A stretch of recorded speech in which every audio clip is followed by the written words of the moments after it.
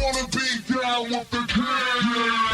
It's the Sports Kings. Sports Kings. Big Mike. He might fall off the wagon in the next 10 minutes. And Rob Calloway. It's about bringing talent. It's not about all the flash and glitz and glam. Not your average sports talk show. The Sports Kings. This is NFL legend, Work Done. This your boy D. Howard, a.k.a. Superman. I'm Jerome Bettis, the bus. It's Cam Newton. Holla at your boy, already. This is Hank Aaron, and I'm down with the king.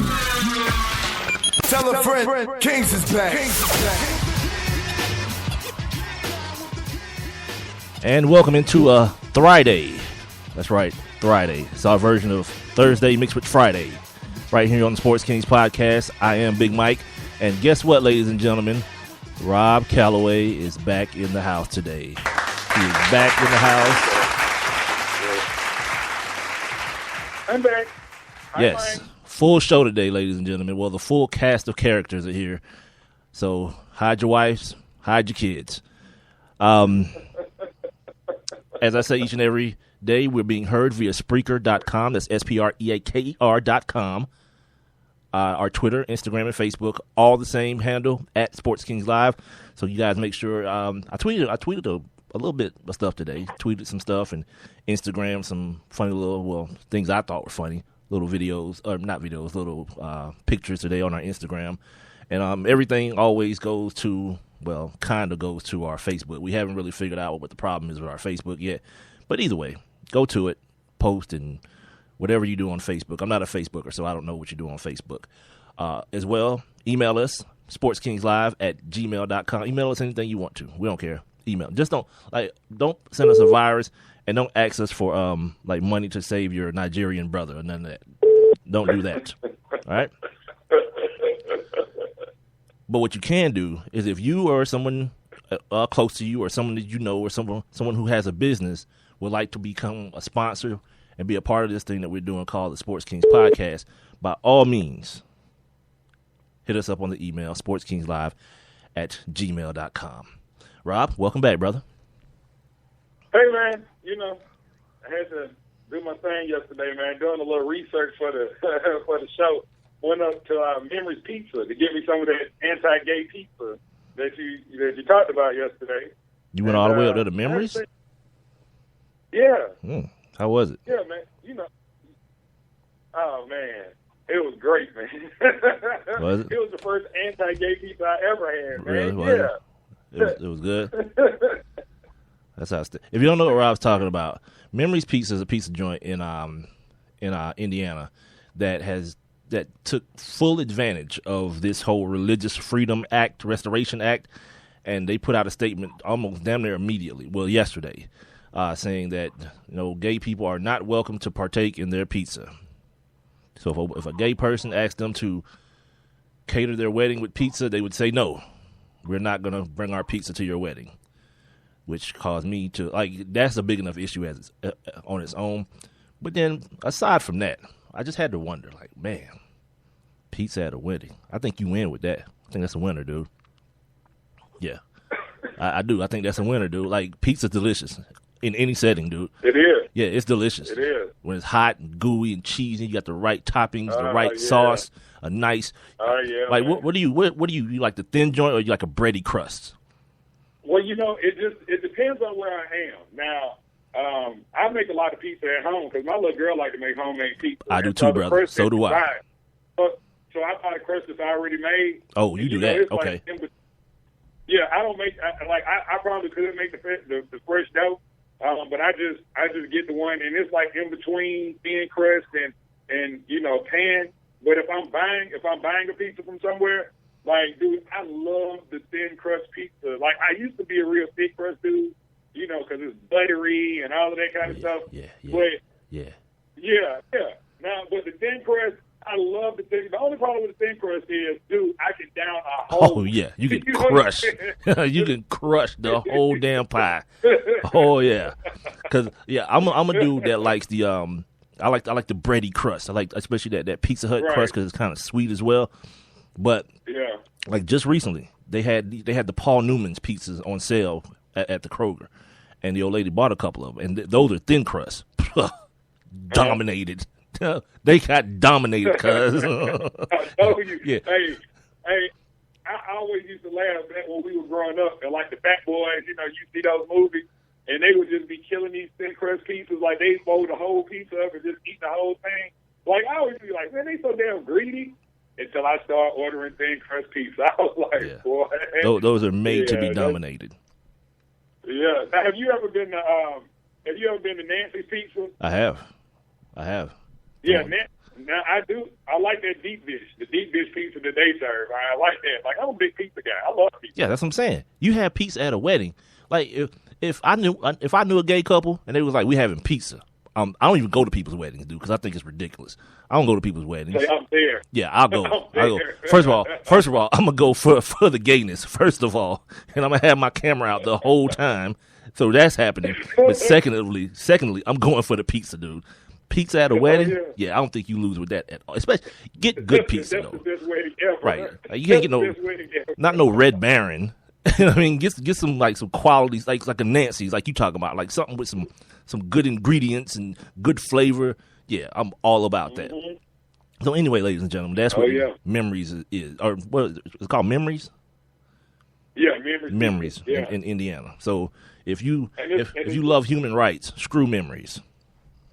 Now look, but what's crazy is that they announced yesterday that they were going to shut the doors down to the place, right? Do you know that Indiana's governor, Mike Pence, started a GoFundMe page for the pizza business? 12 hours later, Mike, they had raised $150,000. People hate gay people. That's why. People are full of hate. That's all. I'm being dead serious about that. Like it's the same. To me, it's the same premise as the people who contributed to George Zimmerman's defense fund. Yeah. F you, dude. F all of you. That's real talk. F you, man. For real. Like, all right. Well, I ain't gonna get. Speaking of, like, guess what didn't happen yesterday? What did not happen yesterday? I did not get catfished yesterday. I did not get catfished.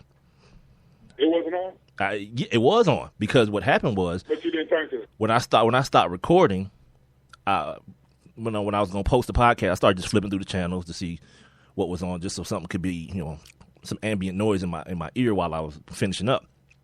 And Catfish was on, but it was the one from last week, because they showed the ones from last week before they showed a new one. And then the new one, right? Right, but I went downstairs. I did not turn it to Catfish. I went and watched the ball game. I forget what else I was watching. I was watching that's what I was watching. Even better than Catfish, I got Jameis. That's what happened. I didn't get Catfish. Oh, yeah. I got Jameis last night. I watched some of that today. Oh. Like for real. Jameis Winston is a character, man. He's such a special young man. Yeah, and I kind of hope, like, he said something that was so damn funny to me when I sat back and thought about it, and I was like, dang, that sounds like me. When he was like, whoa. Man, I'm 21. He was like, I'm 21, I got a 7-year-old brother at home that looked up to me. First I thought about it, I was like, damn, you 21 and your brother's 7. Then I started to think about it. I was like, well, I was 14 when my youngest sister was born. Go, so Mr. Winston. it was the same thing. I was 21. She was 10. Oh, the old oops, baby. Oops. Oh God! Oh, I love Jameis Winston, dude. And let me tell you something. I can sit here and laugh at that dude right now. And here's what he said yesterday. Let me tell you something. And I'm gonna tell you guys what's coming up on the show here in a second.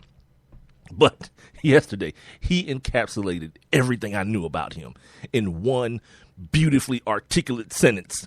He's like, I got all the football IQ. You might get me on some common sense stuff, but when it comes to getting on the field with my teammates, I know exactly what to do. I was like, my MFer. Bam! There it is. From the horse's mouth, dog. He hit it right on there. I was like, my man, go for yours, dog. No one can argue with you about that another day in your life. This whole thing is going to be very special, man. The upcoming NFL draft, which is the 30th, right? Yeah. May the 30th. April 30th. This whole thing April 30th, that's what I meant. This whole thing with Jameis Winston is just going to be, must-watch TV for me, man, because first of all, he's going to be he's going to be the number one pick. Like, I think he solidified that at his pro day a couple days ago. Like, I think he's going to be the number one pick. But just the fact that he's going to be at home, and I said this a couple weeks ago, and we're actually going to get to see like the Winston family. Like, we're going to get to see them, like, not just the immediate household is just at the table, you know, in Chicago as he gets announced. But we going to get to see, like, Bebe now, like, you know, Uncle Cousin Yogi and you know, like the real family, you know, he'll be must-watch TV. And my man said he's going to be wearing a suit because he's got to look good on draft day. Even if he's at the crib barbecuing with the fam, he going to have on a full suit. Oh, he's going to have on a smoky suit. It's going to be so country, boy. Oh, boy. But I'm going to tell y'all again, that dude can talk that stuff. Like, he know football. Like, I've seen him. Yeah. I've seen him do Camp Gruden, and he did Playmakers with Mariucci, and hit everything out the park on the whiteboard. So stick that up you know what. Now, the one thing that I did like watching him and John Gruden was when Gruden was asking him about the different mechanics between his pitching motion and the quarterback, you know, quarterbacking. And, you know, it took him a while to get what he was saying out, but everything he said was the right thing. Like, dude is, you know, like he might, you know, like he got some other questionable stuff going on that he admitted to because, you know, with the whole common sense thing, but he might turn out to be the real deal, man. Like, I'm very interested. He's what's called an idiot savant. Like, dudes who have, I'm serious, is like dudes who have this wealth of knowledge in one aspect. Like a dude who can play every instrument in the world by ear. Right. Never been taught. Just can play every musical instrument by ear, but can't read worth a damn. Like, he's one of those dudes. He's like just an idiot savant, and I love like it. R. Kelly. That's R. Kelly. R. Kelly is literate, but he plays every instrument and he can sing. How do you know R. Kelly's illiterate? First of all, I mean, because he admitted it. Like, he talked about that openly. Wait, like he's not like 100% right now, illiterate. He's 50. What does that even mean? Can he read or can he not? He's like 50 years old. He's a 50-year-old man that can't read. Barely. Yeah, I'm not messing with you. I'm not messing with you. I look, like, I swear to God, Yeah, like, that's public. Like, just Google it, Mike. Yeah, I'm not Googling that. I'm not. Yeah. All right. And good luck to Floyd too. As far as today's show, speaking of Floyd Money Mayweather, we're gonna have I got some information on he and Manny Pacquiao coming up at some point in the next 2 hours, or now where we at? Basically, hour and 45 minutes now. We got some NCAA stuff to talk about. Some coaches that are kind of on the move, kind of not on the move. Some coaches that may be on the move, cashing in on their NCAA tournament success or non-success, however you want to look at it. We got an update on the Religious Freedom Restoration Act.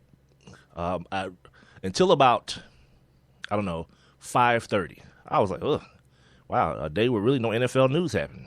Nothing really happened in the NFL. And then there was Gronk. The one man, the white man in America who no one else is happier to be white than him. No one. Do you understand that? So we'll talk about him. We might even lead off with that. And like some minor baseball stuff, NBA stuff as we move into the playoffs. It's cool. Saw this cool article about why people should maybe reconsider just crowning the Cavs the favorites going into these playoffs and not the Atlanta Hawks. So I'll read you guys a couple of things from that article that I found was very, very, very interesting. Now, look, it's something else. And I know you don't like to put a lot of stock in Mel Kiper's big board, but he unveiled a big board. And yeah, because he's an idiot. There's a couple players on there that I want to ask you about some point in the show. With the combine and how they rate these players, and we can talk about it later. But I just want to get your opinion because I'm kind of, I hope I know who they are. Yeah, I hope I know who they are because I haven't done really my binge watching on because now there's so many shows now. I give them to you whenever we talk about it. I have the big board, so but I just.